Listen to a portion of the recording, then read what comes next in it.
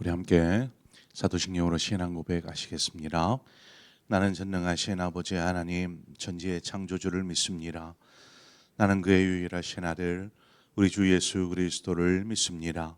그는 성령으로 잉태되어 동정녀 마리아에게서 나시고 본디오 빌라도에게 고난을 받아 십자가에 못 박혀 죽으시고 장사된 지 사흘 만에 죽은 자 가운데서 다시 살아나셨으며 하늘에 오르시어 전능하신 아버지 하나님 우편에 앉아 계시다가 거기로부터 살아있는 자와 죽은 자를 심판하러 오십니다.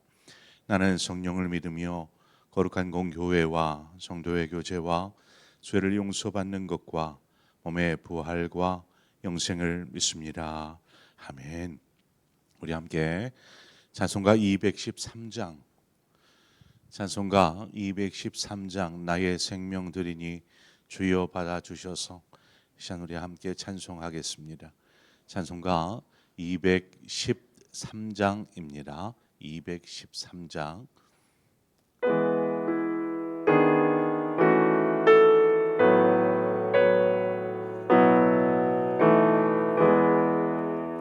나의 생명 드리니 주여 받아주셔서 세상 살아갈 동안 찬송하게 하소서.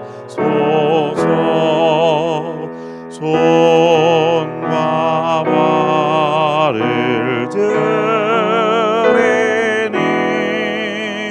주여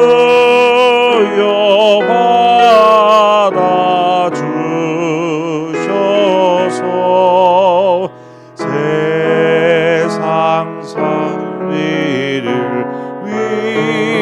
위하여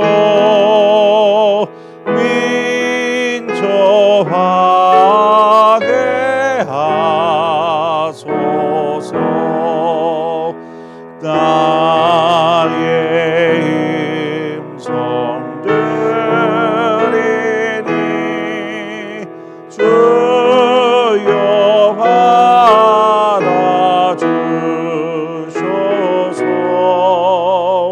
주의 진리 말씀만 전하게 하소서. 나의 보아 드리니 주여 받아주셔서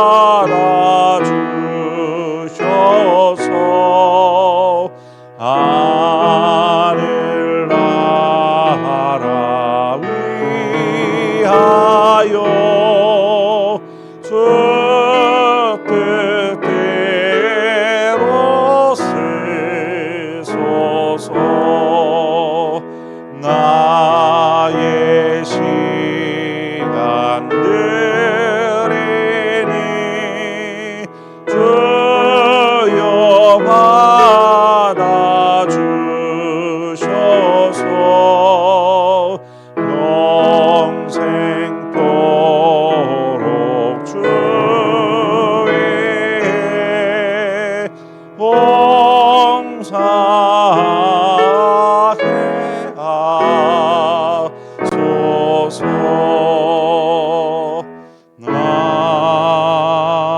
아멘. 하나님의 말씀입니다. 역대하 31장 1절에서 4절의 말씀을 한 절씩 교독하겠습니다. 역대하 31장 1절에서 4절의 말씀입니다. 이 모든 일이 끝남에 거기에 있는 이스라엘 무리가 나가서 유다 여러 성읍에 이르러 주상들을 깨뜨리며 아세라 목상들을 찍으며 유다와 베냐민과 에브라임과 므낫세 온 땅에서 산당들과 제단들을 제거하여 없애고 이스라엘 모든 자손이 각각 자기들의 본성 기업으로 돌아갔더라.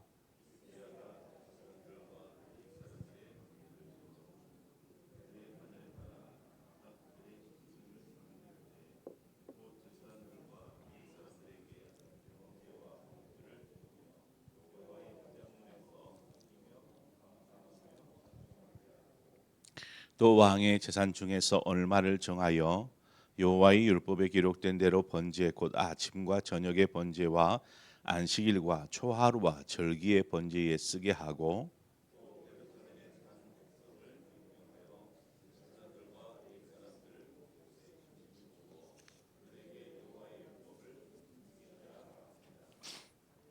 아멘.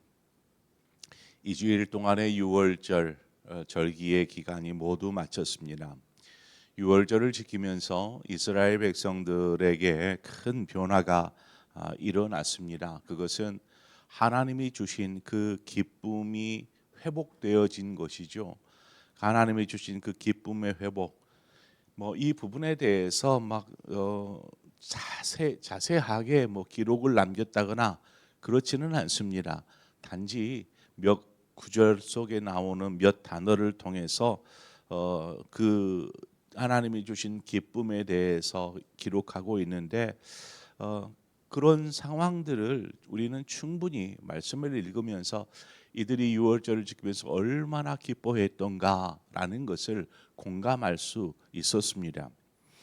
개인적으로 이렇게 유월절의 기쁨 이것들을 제가 지난 주일에 성령 강림 후에 초대교회의 모습이 이렇게 대해서 설교를 했었는데 바로 그 모습이 오늘 그 말씀을 준비하다가 떠올랐습니다. 그 평안과 기쁨과 감사의 찬송이 있던 이 유월절 절기 동안의 모습이 바로 그 초대교회 성도들이 성령 강림 이후에 모여서 함께 기쁨과 순전함으로 함께 먹고 나누며 또 하나님께 기도하고 예배하는 이 모습과 이렇게 겹쳐 보이는 것입니다.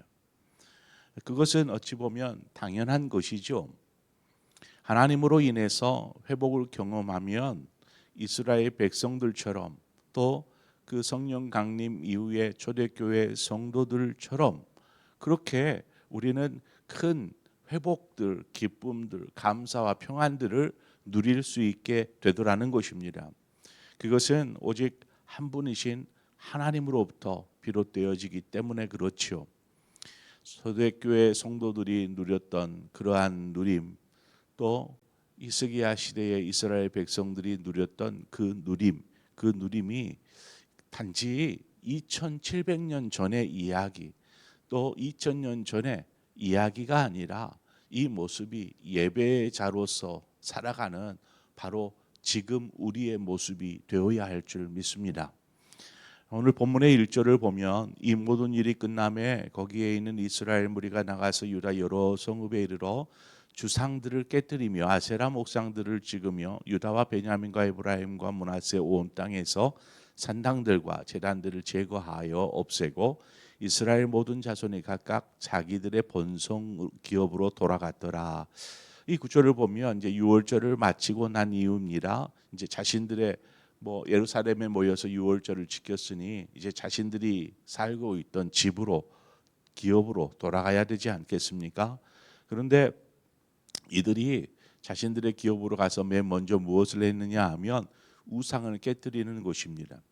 산당들을 헐고 그 다음에 제단들을 제거하는 그 내용이 바로 1절의 말씀입니다. 유월절을 통해서 이스라엘 백성들이 참 놀라운 회복을 경험하였다. 그리고 그 안에서 기쁨과 즐거움과 감사, 찬송이 넘쳐났다라는 것을 우리가 보았습니다. 그런데 이러한 영적인 회복이 이들의 삶의 현장에서 변화된 모습을 보여지게 하는 것이죠. 이 영적인 회복이 일어나고 나니까 이들이 삶의 자리에 돌아가서 놀라운 변화된 모습을, 변화된 행동들을 하기 시작한 것입니다. 그래서 자신들의 성읍에 있는 우상들, 산당들, 제단들 이것들을 다 제거하는 것이죠.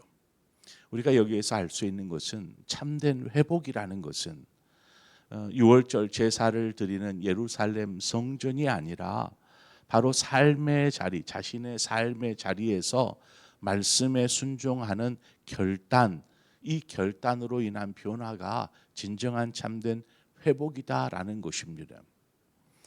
이처럼 이스라엘 자손들의 마음에 그 하나님과 그 회복을 통해서 하나님과의 관계가 바르게 세워지다 보니까 이 바른 관계를 삶의 자리에서까지 이것을 유지하고자 하는 강한 의지, 각오들이 지금 이 모습 속에서 드러나 보입니다. 한편으로 생각하면 그동안 얼마나 많은 우상들과 또 우상을 위한 산당과 제단들이 이렇게 온 이스라엘 전역 곳곳마다 세워져 있었는가 우리가 알 수 있는 부분이죠. 여러분, 그런 모습을 나의 백성, 내가 택한 백성, 그 백성이 나를 버리고 온갖 우상과 그들을 위한 제단과 산당들을 만들어 놓은 이 모습을 하나님이 보실 때에 어떤 생각을 하셨을까요? 그 모습을 보시는 하나님의 마음이 어떻겠냐라는 것입니다. 그런데 하나님 우리 아버지께서 지금까지 기다리고 계시더라는 것입니다. 어찌 보면 지금 이 순간을 위해서인 것이죠. 이들이 기쁨과 감격 속에 하나님과의 관계를 회복하고 스스로 우상들을 깨뜨리고 제단들을 헐고 산당들을 무너뜨리는 것입니다. 그 모습을 바라보시는 하나님은 어떤 마음이실까?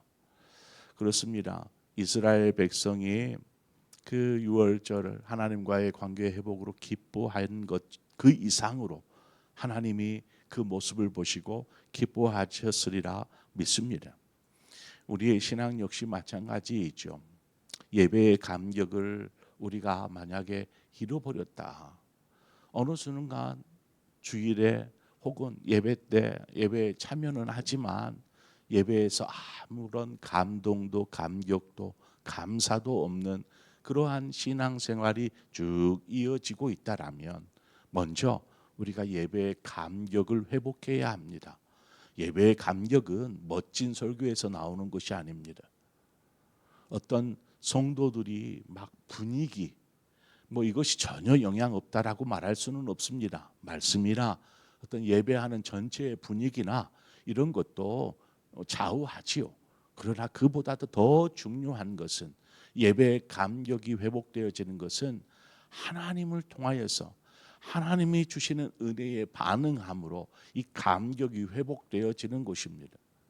그래서 하나님 앞에 겸손히 바르게 서야 하는 것이죠. 그래서 예배의 감격을 회복해야 합니다. 그것을 위해서 우리는 기도해야 하고 기도할 때 성령께서 우리를 도우시고 또 역사하여 주실 줄 믿습니다. 예배를 통해서 이처럼 하나님의 회복, 하나님의 놀라우신 은혜를 발견하게 되면 또 그 은혜와 사랑을 그 예배 속에서 누리게 되면 그런 이후에는 어땠습니까?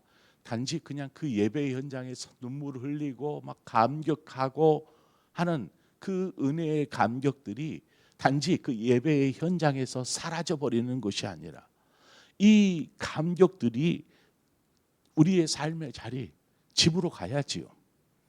감격을 가지고 집으로 가고 그 감격으로 일터로 가는 것입니다. 그래서 그 삶의 자리에서 변화를 일으키는 것이죠.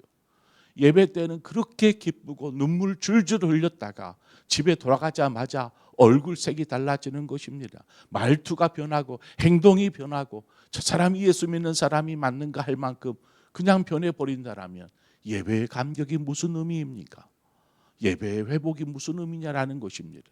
이스라엘 백성들의 모습들을 보면 그렇습니다. 이들이 유월절의 그 감격들, 그 감격을 가지고 자신들의 기업으로 돌아가서 자신들과 하나님께서 베풀어 주신 은혜와 사랑, 그 관계를 계속 유지하고자 하는 그 각오 속에서 여태껏 세워져 있던 우상들을 무너뜨리고 제단과 산당들을 제거하는 것입니다. 그러면서 하나님과의 이 관계, 하나님이 주신 은혜와 사랑을 계속해서 유지하고 그것으로 삶을 변화시켜 가는 것이죠. 이게 이스라엘 백성들의 모습이었습니다. 바로 이것이 어찌 보면 온전한 신앙생활이라고 부를 수 있겠지요. 2절 이하부터는 히스기야가 이제 성전 조직을 개편이라고 할까요? 재정비합니다. 다윗이 성전이 세워지기 전이죠. 다윗은 성막이 있을 때. 그러나 다윗은 성막이 있을 때에도 많은 것들을 준비하였습니다. 먼저는 제사장과 레위인들을 반열을 따라서 조직을 구성하였습니다.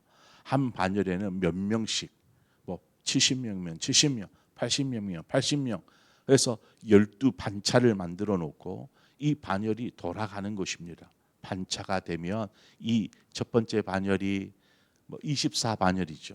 첫 번째 반열, 두 번째 반열 이렇게 달달이 바꾸어서 섬길 수 있도록 한 것입니다. 제사장과 레위인들뿐만 아니라 찬양대도 마찬가지이죠. 찬양대 섬김도 그렇게 반열을 조직하는 것입니다. 히스기야 이전까지 이제 예배가 무너져 있었고 성정문이 닫혀 있다 보니까 뭐 제사장이 레위인이 할 일이 없는 것이죠. 성전문이 닫혀 있는데 무슨 제사를 드리며 무슨 섬김이 있겠습니까? 그러니까 이때 당시에는 이 제사장이나 레위인들이 유명무실해져 있었던 것이죠. 이름은 있는 것 같지만 뭐 아무런 일도 하지 않는 그런 상황이었습니다. 그러다 보니까 제사장과 레위인 찬양대에 반열을 두어서 히스기야가 제사를 제대로 드릴 수 있도록 질서 있게 또 원활하게 드릴 수 있도록 그렇게 조직을 다시금 재정비한 것이죠.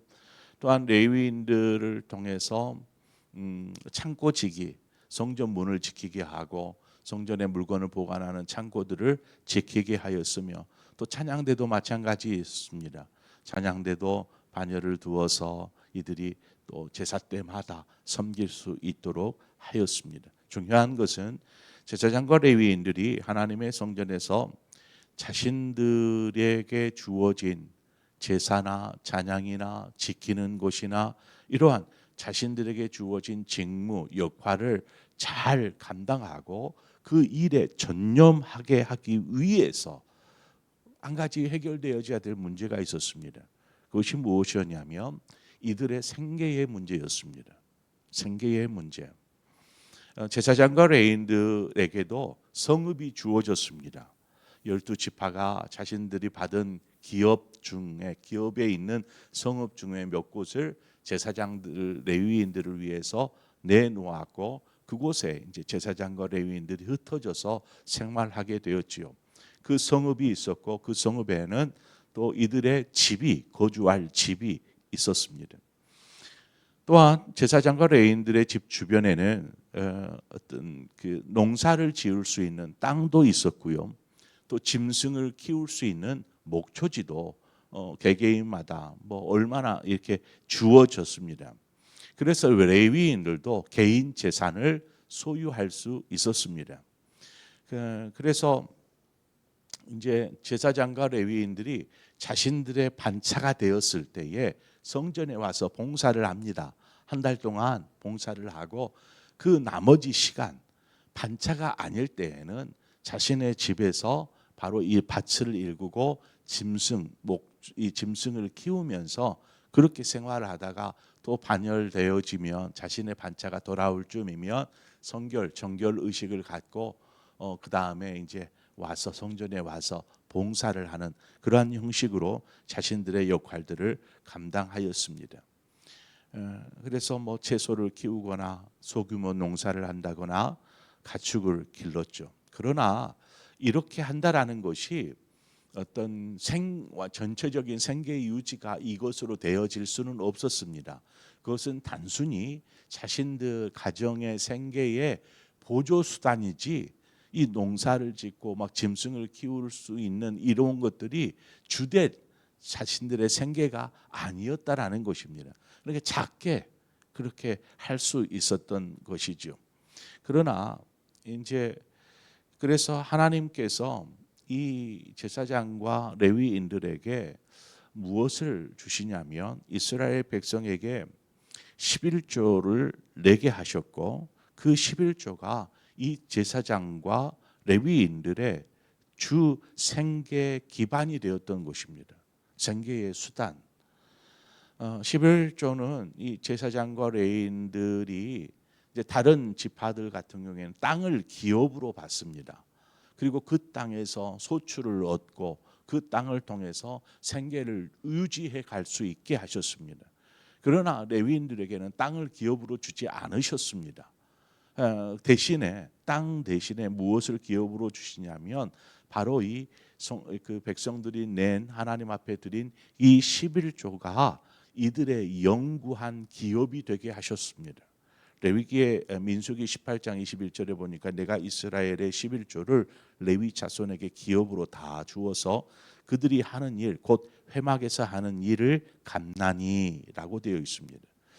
만약에 한번 생각해 보세요. 이스라엘 백성들이 자신들의 11조를 하나님 앞에 드리지 않는다라면, 만약에 드리지 않았다라면 어떻게 되어질까? 만약에 그렇게 되면 제사장이나 레위 사람들이 자신의 생계를 유지할 방법을 잃게 됩니다.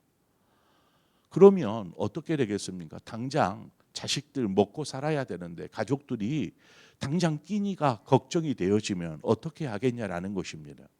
그냥 그 상태로 계속 그렇게 있겠습니까? 그럴 수는 없죠. 그러다 보니까 이 제사장과 레위인들이 생계에 뛰어드는 것입니다. 생계의 전선에. 그래서 밭일을 하고 목장 일을 하고 때로는 다른 사람 일을 도와주면서 생계를 꾸려가야 되기 때문에 이 생계를 유지하는 것이죠. 이스라엘 백성이 우상을 섬길 때에는 이런 일이 더욱 심화되었습니다. 우상을 섬기니까 하나님을 위해서 11조를 드리지를 않는 거죠. 11조를 드리지 않으니까 그 결과 제사장과 레위인들은 성전의 일은 그냥 소홀히 한 채 먹고 살아야 되니까 가서 막 텃밭 일구고 짐승 키우고 다른 사람 일 도우면서 먹고 살아야 되니까 이런 일들이 반복되어지니까 악순환이 연속되어지는 것입니다. 백성들은 우상을 섬기고 하나님에 대해서는 외면하고 그러다 보니까 제사장과 레위인 역시 하나님 앞에 제사 드리고 이런 것들을 도외시하고 자신들 일하느라고 급급하고 지금 이스기야가 왕이 되기 전에 모습이 그러했습니다. 그러나 이스라엘 백성들에게 너희가 하나님 앞에 11조를 드려라. 이것을 통해서 제사장들과 레위인들이 자신들이 주어진 하나님의 성전에서 그 직무, 역할에 최선을 다하게 하고 그러니까 이것이 선순환이 되어지는 것이죠. 이것들이 되어지니까 이 관계가 회복이 되어지고 이것이 결국 이스라엘 백성들 개개인에게로 흘러가는 것입니다. 이처럼 모든 것들이 선순환되어져서 아름답게 이루어져 가는 모습을 우리는 히스기야를 통해서 이때 당시가 이렇게 변해져 가는 것을 보게 됩니다. 오늘 이 시간 우리가 생각해 보아야 할 것은 우리의 신앙은 무엇을 중심으로 이루어져 있는가 한번 생각해 보자는 것입니다. 우리의 예배에는 어떤 감격이 있고 우리의 삶의 자리에서는 어떤 변화의 모습들이 또 순종의 각오들이 있는가 뿐만 아니라 그런 하나님 앞에 드려진 나의 생명 드리니 하나님 우리는 어떤 하나님 앞에 그 은혜와 사랑 감사 앞에 어떤 헌신으로 하나님 앞에 드려지는 삶을 살고 있는가 이 모든 것들이 우리의 신앙을 이렇게 규정할 수 있는 것이죠. 우리 모두가 하나님 앞에서 온전한 관계를 유지하고 바른 신앙으로 세워지는 저와 여러분의 삶 되어지기를 축원합니다. 기도하겠습니다. 좋으신 하나님 아버지 은혜와 사랑을 감사합니다.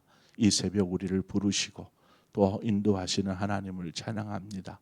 아버지 영광 받아 주시고 우리의 삶을 통해서 하나님께서 일하시고자 하는 하나님 기뻐하시는 도구로 사용하여 주옵소서. 늘 신앙생활 속에서 예배에 감격이 있게 하시고 그 감격들이 삶의 자리로 돌아가 순종의 결단으로 이어지게 하셔서 우리의 모든 삶이 하나님께 영광이 되고 또 우리 안에 기쁨과 평안과 즐거움들이 넘쳐날 수 있도록 충만한 삶을 살 수 있도록 인도하여 주시옵소서. 예수님의 이름으로 기도합니다. 아멘. 오늘 이 시간 말씀을 생각하면서 함께 기도하십시다. 말씀 속에서 나에게 주시는 말씀, 하나님이 나에게 이런 것을 말씀하고 계시는구나. 그런 말씀이 있다면 그 말씀을 붙잡고 기도하십시오. 기도하면 하나님 그 속에서 우리가 어떤 삶을 살아야 할지 결단하게 하시고 또 성령께서 힘을 더하여 주실 줄 믿습니다.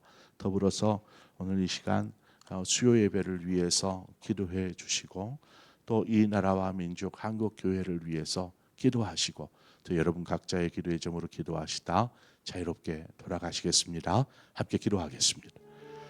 하나님 아버지, 은혜와 사랑을 감사합니다. 이 새벽 우리를 불러주신 하나님, 주님 앞에 겸손히 나아갑니다. 아버지, 우리의 심령을 주의 사랑과 은혜로 충만하게 채워주시옵소서. 바로